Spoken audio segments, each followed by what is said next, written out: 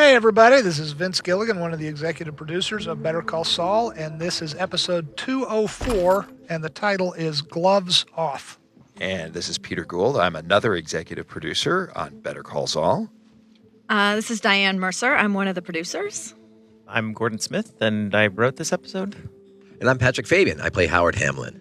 Yay! Yay! PFAB! Do you like being called PFAB? PFAB is good. So is HH. HH. Is that real cash money? I think some of it is, but usually you have to. I think the stuff you don't really feature on camera. It may not be. Yeah, Really? You're not really supposed to show real money on television. You know, is that still true? Is that one of those horseshit old rules? It's like, you gotta stop your horseless carriage every block and light a fire or whatever. I mean, there's certain rules that Are you telling me you don't light the fire when you stop your horse's carriage? Because you just admitted that on a recording. I think that can be admissible as evidence. To 60 Minutes use fake money? I think that's a horseshit old rule, though, even if it's still in the books about not showing money on TV. If you can copy money with your photocopier, you're going to be doing more damage than that's illegal. That too is illegal, by the way. I think for us, actually, what's weird is the more crucial distinction for getting money for us is that it has to be vintage. What happened to Mike? Oh, right. Shout out to hair and makeup on this one. What happened to Mike? Well, believe it or not, though, and this Visual is effects. Diane's cue, that eye is completely wide open in real life. Talk about that, Diane. So this is a very long and intense collaboration between makeup and prosthetics and visual effects. So all the stuff around his jawline and his brow, the cheek, and the bandages, that's all real. But the eye is 100% digitally created. Well, just so you know, that's not what Jonathan Banks is saying. Now I know why he's not here. Now I know why. Isn't that funny? And the reason is not that he's a weenie who won't allow makeup put on him, but the spirit gum that you have to apply to put on a silicone appliance like that would not be good for him. It's very hard on your skin to have that applied. So it was a lot of research and development trying to figure out, we had the amazing people at K&B, Greg Nicotero and Howard Berger, their company, they designed the look of that for us. And then we figured out what was going to be practical and what was going to be effects and put it all together. And Bill Pulowski oversaw. Bill Pulowski at Velocity Visuals was our digital guru for that, and then Kat Bardot, of course, handled all the stuff on set. And I think I wish I knew the name, but they did send someone out. Candy did send someone out. And Gordon, when you were on the set and there's Jonathan, his eye wasn't really swollen. What did it look like? It looks like it was bruised. They put bruise makeup on, so it matched as much as possible because we weren't even sure. We wanted to give the VFX people enough to work with. And we did have a VFX tech. I can't remember. There were a couple little whites yes, there was. And there were little white dots. There were white dots. tracking dots. There were around tracking his dots. Brow bone and but his they were very eye socket. inconspicuous. So it wasn't like, little balls or something taped to his face. It was just very, very slight. So you didn't dress up in a green leotard with ping pong balls glued to your head? I did. But that's how Gordon normally attempts That's to why set. I was confused. No. Okay, I got you. In fact, I'm in all of the scenes. I'm the lamp. That's me. It's a lot of where's extra Gordon? work for He likes Diane to to make a lot of animate you extra out. work for me, basically. It's to torture me. Just sort of creeps There's through. no good reason for it, but it does kind of add a feeling. The right word is creeps. Yeah. Here's a wonderful Ed Begley Jr. I gotta love love Ed. Ed. Love Yeah. Ed. Love What's great about being an actor on the set with Ed is that Ed, in case you can't get it from his personality, loves to talk. And so if you want to have any story about any actor or any show, literally for the last 40 years, all you have to say is, so, Ed, what was MASH like? And he'll tell you 16 stories about what's going on. Oh, shit, that's right. He was on. He was on. We just did, as we're recording this, a little peek behind the curtain, we just finished the audio commentary for episode 7, and we had him on. And I could have just heard him talk for an hour just about his career. That would be, we should do that. We should figure out a way to do that. He has done so much, and I have to say, one of my all-time favorite movies. He's he plays a key part in The In-Laws, the Peter Falk movie, which is just one of my special favorites. And so he does a wonderful Peter Falk imitation, actually. Ed does, and we didn't provoke him into doing that. Oh man, I he should does have one of done the that. best. Yeah. However, I believe in second chances. I think the first time I worked with him on the show here, it was our very first day, and it was Schnauz was directing. Yeah. And we're in the hallway. We're all sort of back, and it's At like, the hey, we're courthouse, back right yeah. at the courthouse. And Ed has like a single line to sort of start off the scene, but he totally fucks it up. And it's like we're all getting ready to go season 2 of Better Call Saul. There's a little bit of hijinks and nervousness there, and all of a sudden he gets his first line and he screws it up. And as he screws it up, he's like, "Well, hi Jimmy. I just fuck." And it really sort of helped break everything that was going on to be like, let's get to work. I love it. Adam Bernstein, who directed Yes. this episode. I wish to God we could get him on one of these things. I know, On a that'd be great. podcast or an audio commentary. Adam, even talking to Adam about his work, he doesn't really want to talk. Yeah. He doesn't want to tell war stories He's so always much. working. He's always He's working. always working. And he lives in New York. Adam and I were teamed up a lot on Breaking Bad. He is one of my favorite directors. He's one of my favorite people. He's a great guy. He's. I wish we could get him for more of these. I know. He always comes. And of course, Gordon, you worked with Adam last season did. on that amazing Mike episode. I did. I was very lucky to work with him twice. He's fantastic. Hey guys, Here we go. There's something very important going on right now, so let's be quiet. Oh, yeah. There it is. There it is. Right There's there. that handsome man. Oh. Michael McKean. Whoever framed me with the 16th century Christ halo behind me, if we get back to that shot, I don't know if it's the first opener shot. That's the. We'll get back that's to the it. end. I loved That's it. the last shot. I think. A is, fortunate awesome. happenstance, We which do definitely get informs back to my that. character's idea. And I love this scene because I love working with Ray Seehorn. Ray is like a sister to me, and both as a human and a fellow actor. And what's great about it is that we have a really great relationship off the screen. We love to cajole with one another.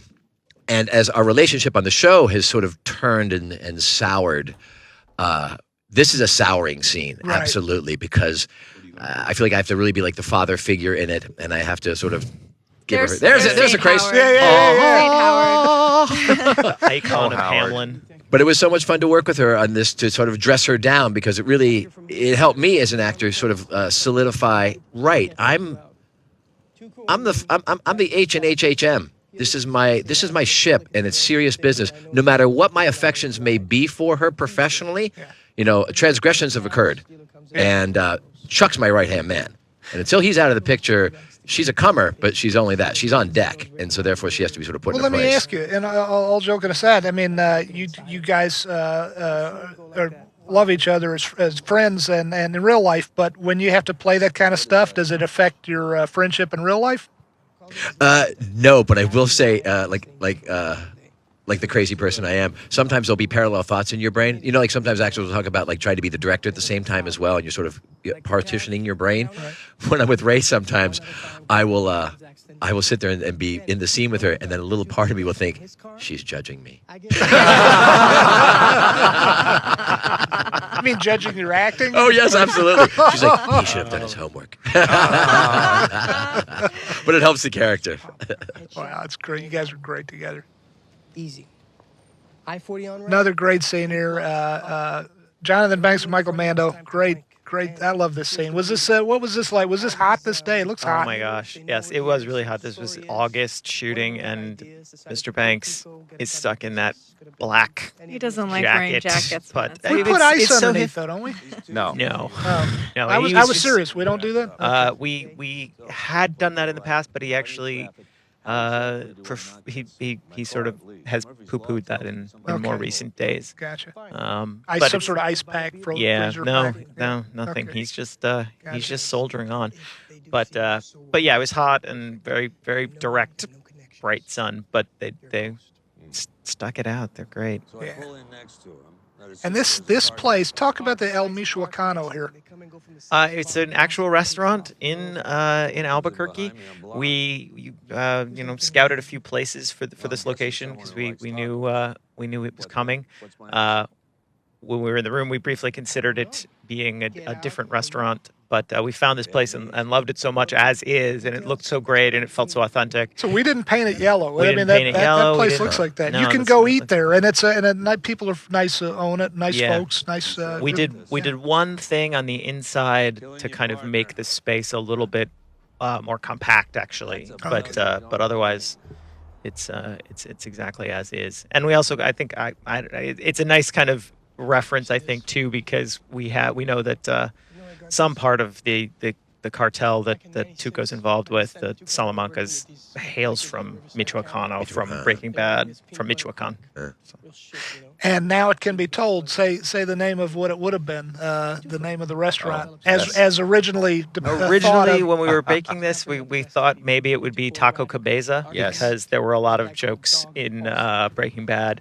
Why aren't we having a meet at the Taco Cabeza? Why aren't you doing this at Taco Cabeza? So we thought maybe this would be a meet at Taco Cabeza. Taco Cabeza was mentioned in my very first episode of Breaking Bad back in season 1. Season 1 of Breaking Bad. Yes. Last episode of the season. That's right. I love Taco Head. That's what Yes. that means. Yes. That's great. But this place was just too good to pass Yeah. up. And even the name, that's a real name and everything. So it was just, sometimes you want to create a set, you want to create a you want to put some extra signage, you want to paint something a certain color. Sometimes you look at it and you say, damn, that is better than anything we would have come up with. Plus, Yeah. now the owners of the restaurant and stuff like this, I assume most people in Albuquerque are excited about possibly having their place used as a set. But I also imagine there might be store owners who are not interested in having that happen. Is there any resistance here? There are for sure. I don't at this location. I don't think we had that problem. but More of there's- the former than the Yes. latter, but Yes. yes. It's especially. I think it's not so much stores as homes. I think people have now become aware. Well, ever since you threw a pizza on the roof, Well, now they're a little suspicious. And please Yeah. don't. Please, just again, restate yet it. again, don't ever Stay do away. it. It's not funny. Yeah, it's not fun. It's been done. There's nothing funny about doing it just because you're doing it. It's not the first. It's already been done. Nothing Why- funny about making a 70-year-old lady put up a ladder and climb up and get the Ugh. goddamn pizza off her No. roof. Yeah, nothing funny about it. And but mostly people are excited to have us. And the great thing is that we have.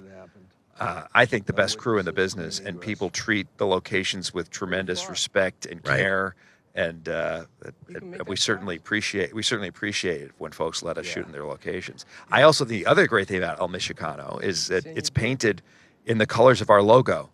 Yeah. Well, that's That's why I right, thought yellow and it red. wasn't authentic. Yes, Because I'm like, this is too spot on. It's too spot that's on. the wonderful thing about Albuquerque, and it's one of the wonderful things about shooting on location is that you might think it'd be better to make it all up, but sometimes it's better to take reality and modify your ideas a little bit. Absolutely. But we certainly could have never built a set like the lobby of HHM here. Yeah.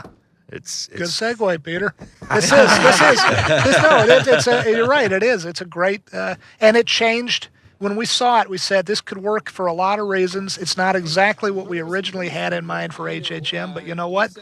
Easier to change some of the ideas we had in mind. And then now I can't even remember what some of those ideas were a year and a half, 2 years later. That's true. Although the good thing is to know what's an important idea that's about the storytelling and what's just a notion. You got to know when to roll with it and when not to. I love Gesualdo. Where'd you get the name Gesualdo? The actor who played Yes. Gesualdo did a very nice job. Yes, Anthony did a good job. Gesualdo is a 15th century madrigal composer. That's where I got it You from. are a crazy bastard. Is this in your Hey, record Gordon, collection, we'll do Gordon? this. What is that? And- I have to say, here is the first look at one of my favorite sets that we've ever done.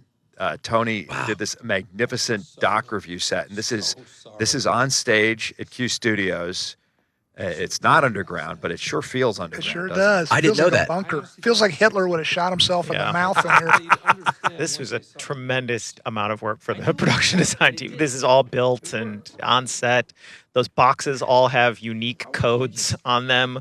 They all are not, they don't match. They all code to different things. We had to sort of figure out where they were coming from. And it was a, 4K, the misery of 4K. yeah, the misery of 4K. So every single, if could you see them, they would all be as best we could do appropriate real, for a paper doc review. You did a metric shit ton of work looking into this, getting this right, and to give some props to what your sister helped My out, sister and helped. Ariel Ariel Levine. helped talk a lot. about that. We just needed to look because this is 2002, 2003.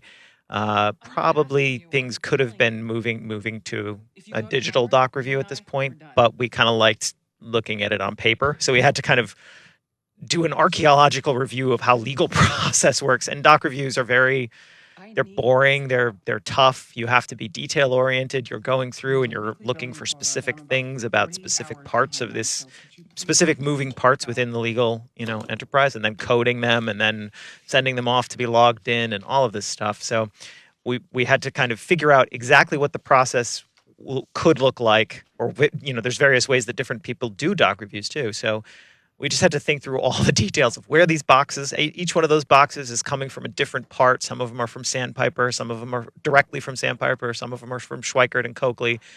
Some of them are from affiliates to the process, and they're all different looks of the boxes, and they're coded differently. And it just required a lot of talking to Ariel and my sister Leah, and being like, does this seem right? And then, does this seem about right? How about this? Well, what about this? How would we do this? And then talking to the production design team of what they could get.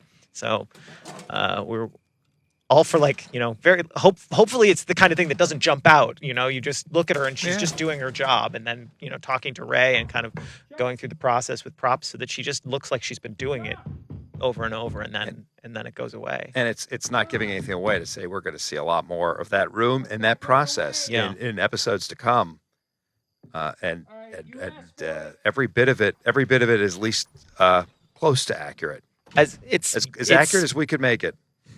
Yeah, Absolutely, and I think that attention to detail pays off, not just in a 4K world where you risk seeing all these things, but just in general. I think it just somehow reality, even if it's a reality we are not necessarily personally familiar with, reality somehow adds dimension and adds weight. Yeah. It's so visual to see, if she was just sitting in a room looking at a computer doing doc review, you wouldn't feel that crushing blow that she's been sent to this terrible dungeon of a place. Well, now hang on. I By believe you. by you. Oh, the dungeon. By you. Look, first of all, you need doc review to make any good law firm work, and second of all, Kim earned her spot at that chair. So that's the way I look at it. Yeah. And I didn't realize, actually, it looks more accommodating than I actually expected. That's right. Why did they get chairs? Look at all that light I provide for their eyes. How Why nice did of they me. remove the Iron Maidens that I had installed? I had very specific instructions for how all of this was supposed to work. They've got a water cooler. They're allowed water. There's light. It's practically a vacation.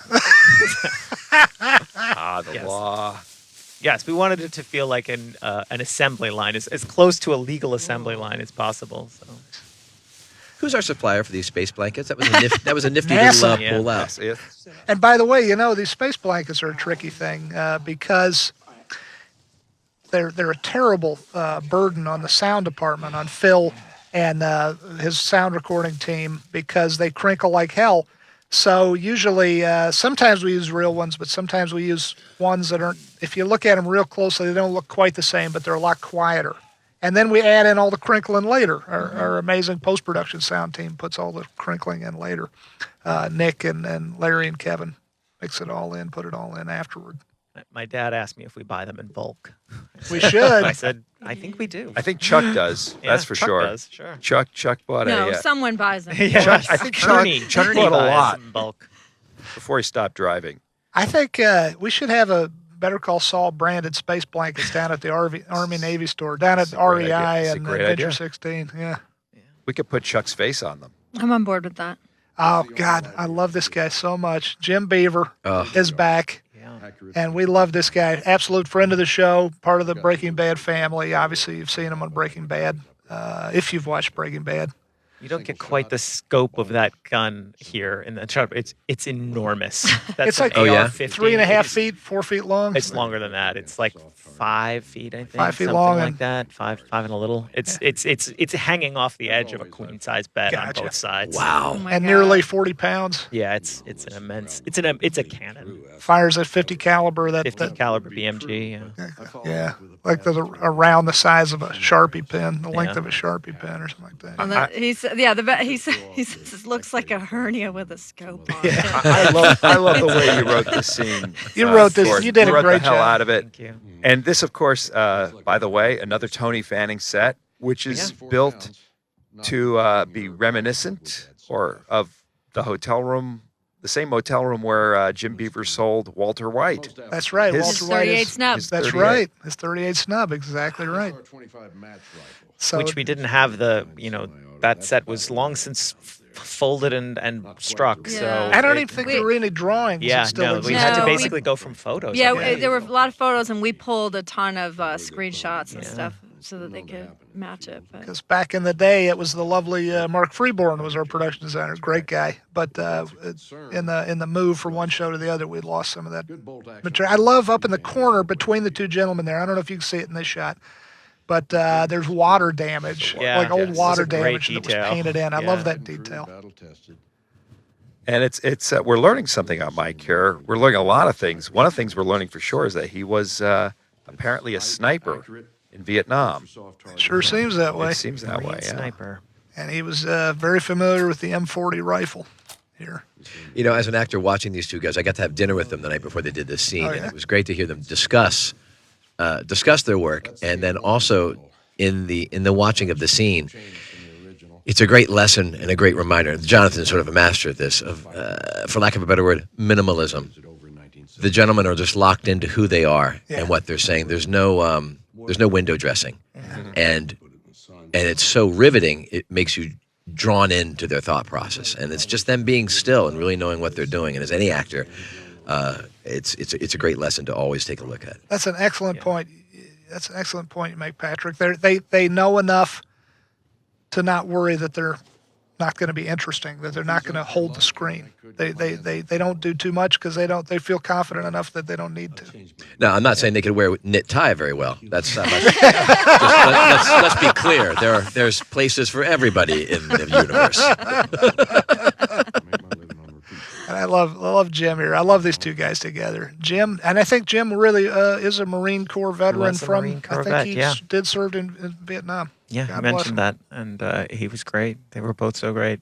As you say, Patrick, it's like the challenge of the scene was mostly just the blocking. It was just figuring out when do we pick this up, how do we deal with the things. But they, as characters, were just in it through the whole thing, and in that quietly, calmly, just people. And so it was fine tuning from the beginning. I love this shot. I love this. And Jimmy came in. He was so angry with Chuck. He was going to set things straight about Kim, and instead he sees that his brother is sick, and so he stays the night. Look at that light. And these two guys, we're doing these out of order, so I'm kind of reminding myself these two guys really haven't had a big scene. This is the first real big moment between them this season. This is certainly the first time Jimmy's been in this at Chuck's house. Let me ask you. This is going to sound like I'm making a joke or being a pest, but his tie is still on. We talk about every single detail. Like usually a guy would come home even if he's dragging ass and half drunk or whatever. In this case, he's not drunk; he's feeling ill. But couldn't he manage to pull his tie off? That was sort of what we were going for. Yeah. That he's so. I mean, he kind of loosens it, but it's none of it. He has no energy. He just has to Chuck. He's expended everything. Basically, he's expended everything, and you see him at the end of the scene with Howard.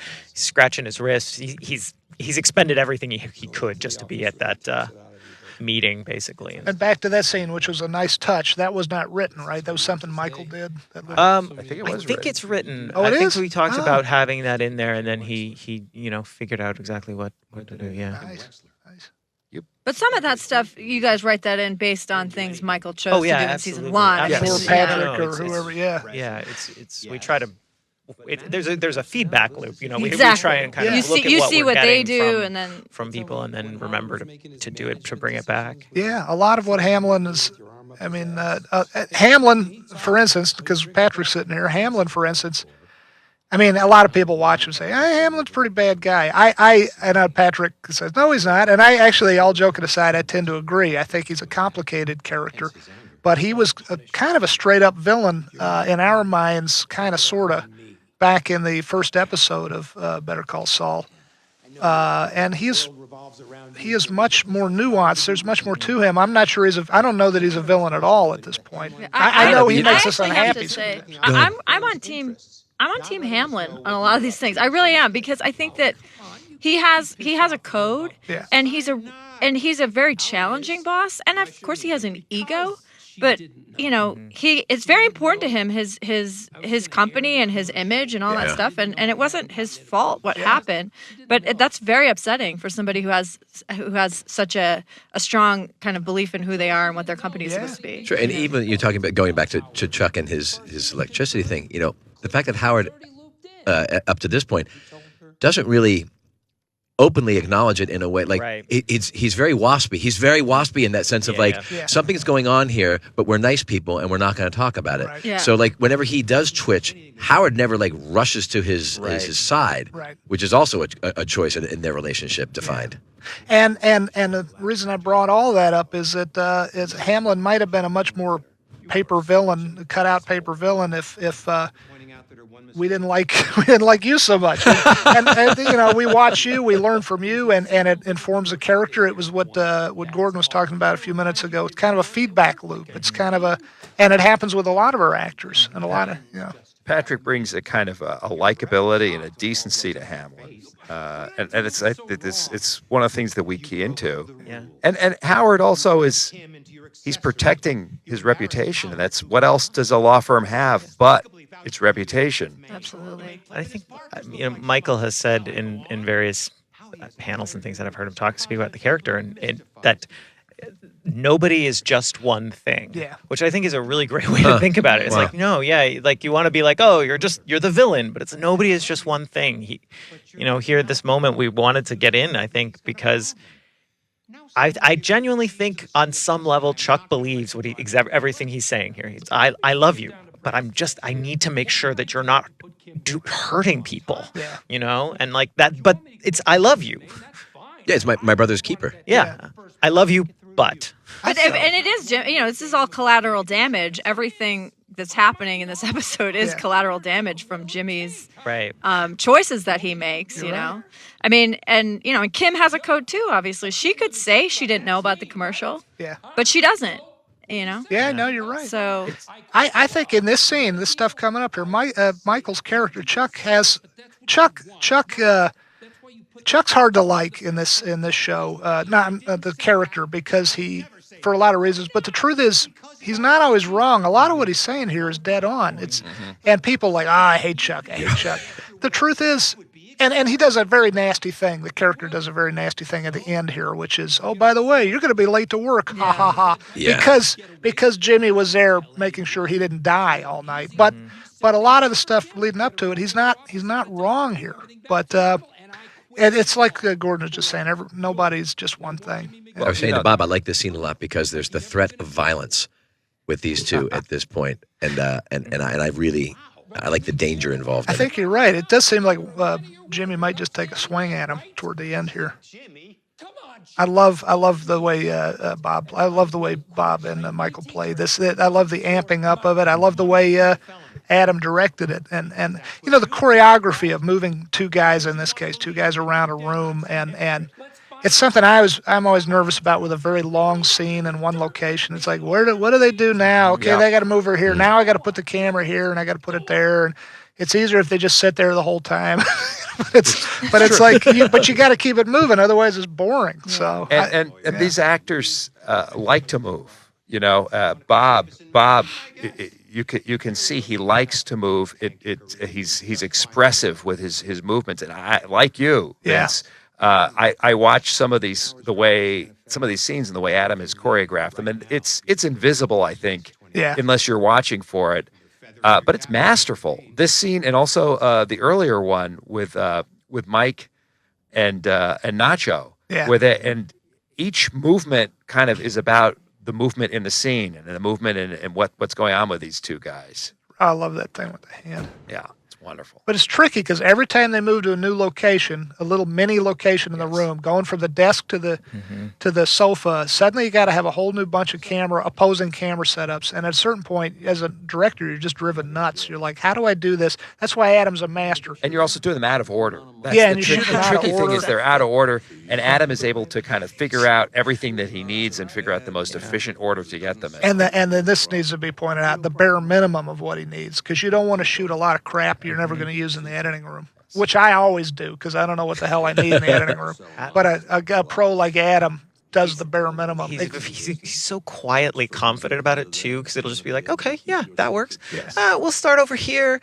Maybe we'll go pick up these things, and then we'll go clean it up over here. He makes it look like he hasn't thought about any of it, and he's just like, I guess we'll do this. But it's like it's exactly where he should be for any particular. Adam Adam does so I much love this homework. show. Oh, yeah, that no, he- yes, you- yeah. it's all invisible by the time you get It to the is, set, it but he is. does so much homework. He works at it. Yeah. And by the way, anyone listening who wants to be a director, it's this thing about, I'm just going to wing it. I'll do it by the seat of my pants. I'll make it up on the day. I'll see how I'm feeling. I'll see how the actors are feeling.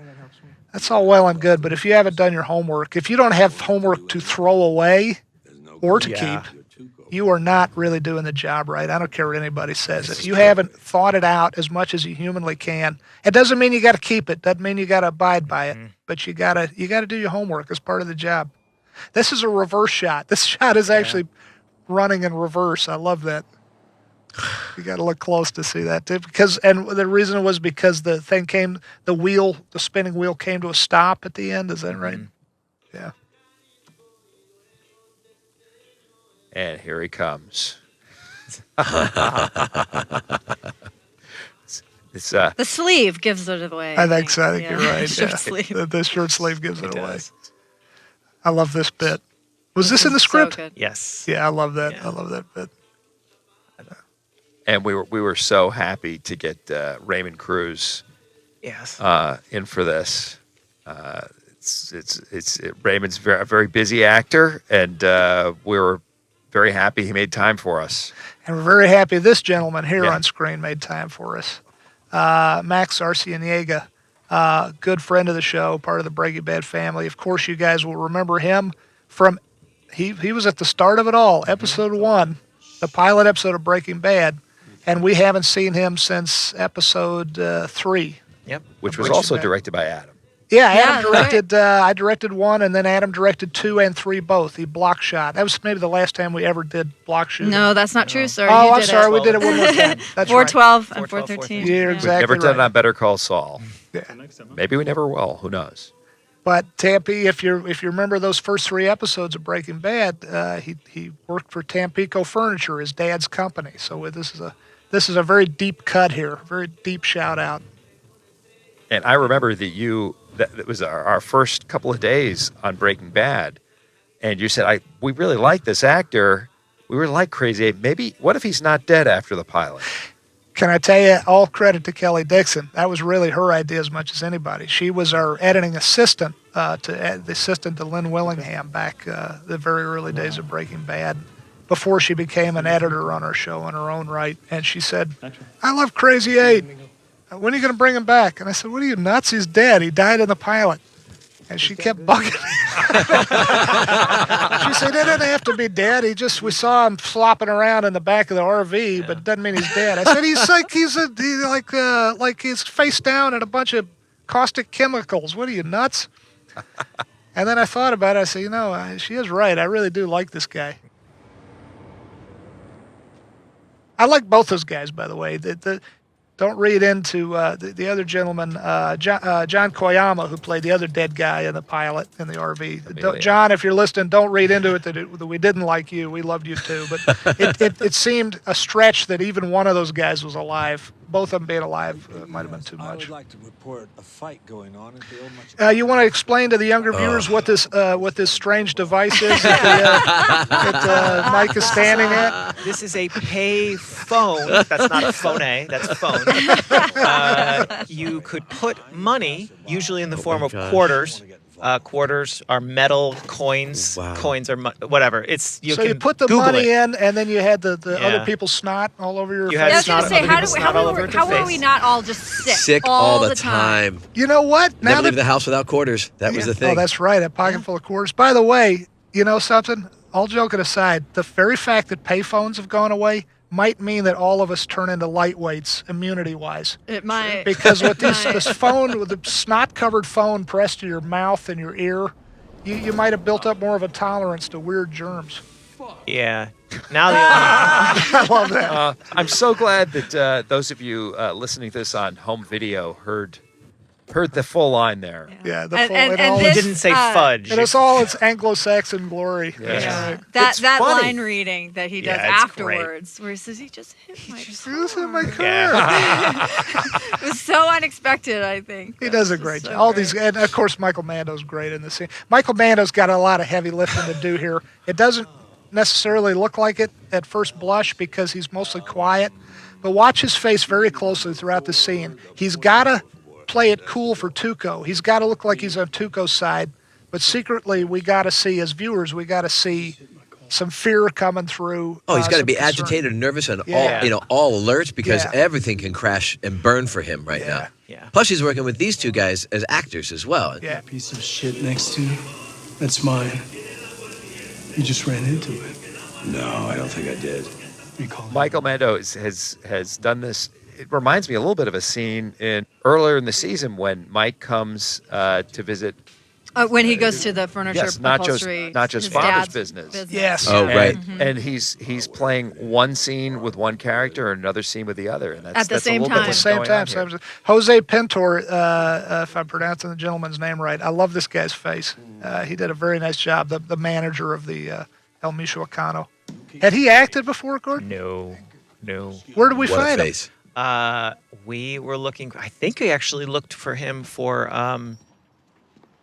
Maybe it was for Nacho's dad. I think that's when casting That's brought right. him in, and they were looking for people. We were trying to find somebody that was authentic and see if we could find somebody who was actually an upholsterer. So I think he's actually an upholsterer. Oh, really? Yeah, I okay. think that was where we found him. Was just a search just casting the net wide to see if we could find somebody that had a look. And we loved his face so much, and was like, maybe we could use him here because he had he just had to make some change and He did a very nice look a little job. bit cowed by Tuco and company. And you see all that. Yeah. He did a nice job, and your good attention to detail, and the good writing, and the great directing on Adam's Adam did a part. great job. Yeah, really pulled it out of him. Did a nice job.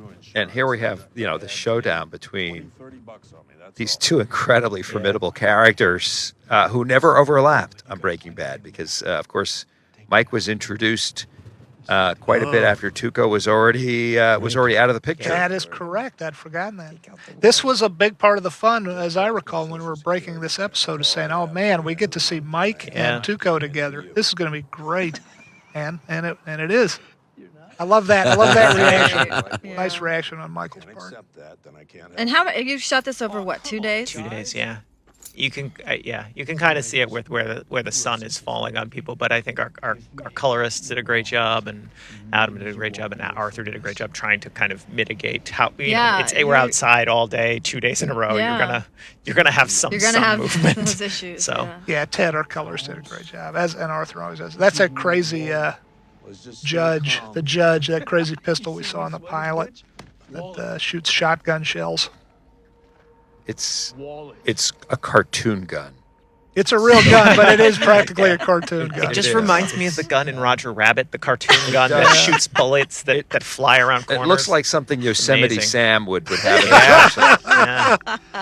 If you got to kill something really dead, you go for that. That's right. Skip and Well, Curtis I- did a great job with this sequence. Yeah, this is really. I think that Tuco picked it because it was the biggest one. Yeah. Yeah, I think so I too. don't know. I don't get the sense he likes flashy things. That's cool. He's subtle. Subtle. And of course, now we have Dave Porter's wonderful score coming love in that. here. Profile too. Yeah, Dave's music throughout this is fantastic. He's a brilliant composer. This stuff is so great. Did you really drop that real gun on the pavement underneath there, or did you have a double? It's a double, yeah. Because We only had a limited number of doubles, though, but because even though that's like 6 pounds of solid steel, you don't want to mess up the prop and then have to pay for it. I love that shot. Oh, Yeah.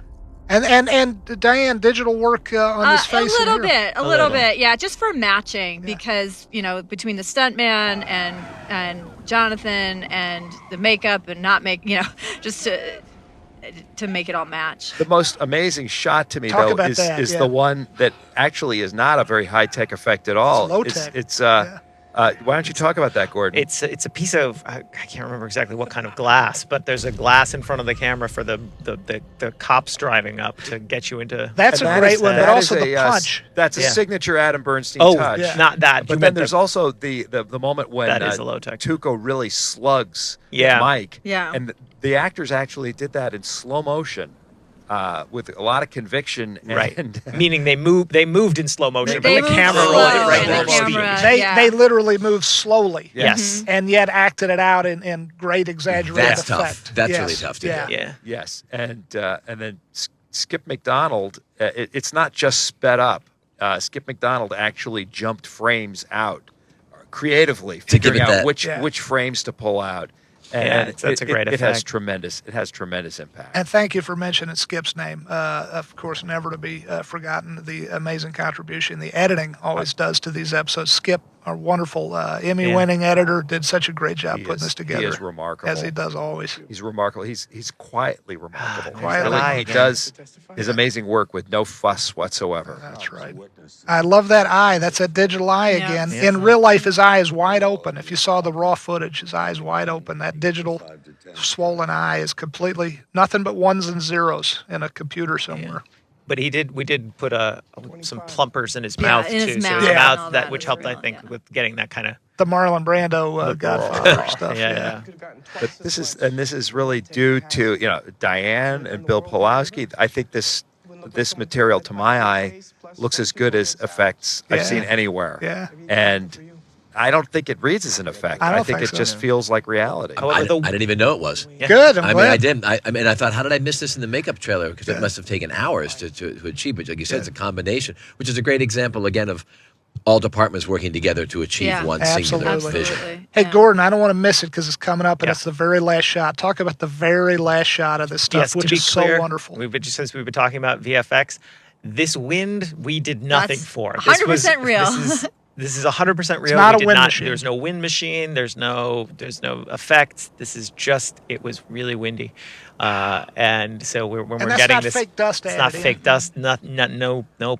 What is it? Potter's soil or Yeah. none of that. Oh. So we just get This is Albuquerque, that's just folks. real Albuquerque. Isn't that a and it's beautiful just shot? Such a great And shot. Jonathan Banks was really driving that Jonathan too. Banks was really driving, and we just drove it out, and we all kind of saw it and was like, well, that's we got that. there you go. Yeah. Anyway, another great episode. It goes by so It fast. does It really go by does. They fast. really do. So proud of this season. It's Yeah. been a great one. Just the fact that we got Tuco Salamanca facing off with Mike Ehrmantraut. Yeah, that's great. Yeah, I dropped out and started watching again. I totally did. Yeah, Thank you for being here, Patrick. Thank you, all you guys. absolutely. you. Love Thanks being for here. watching, folks.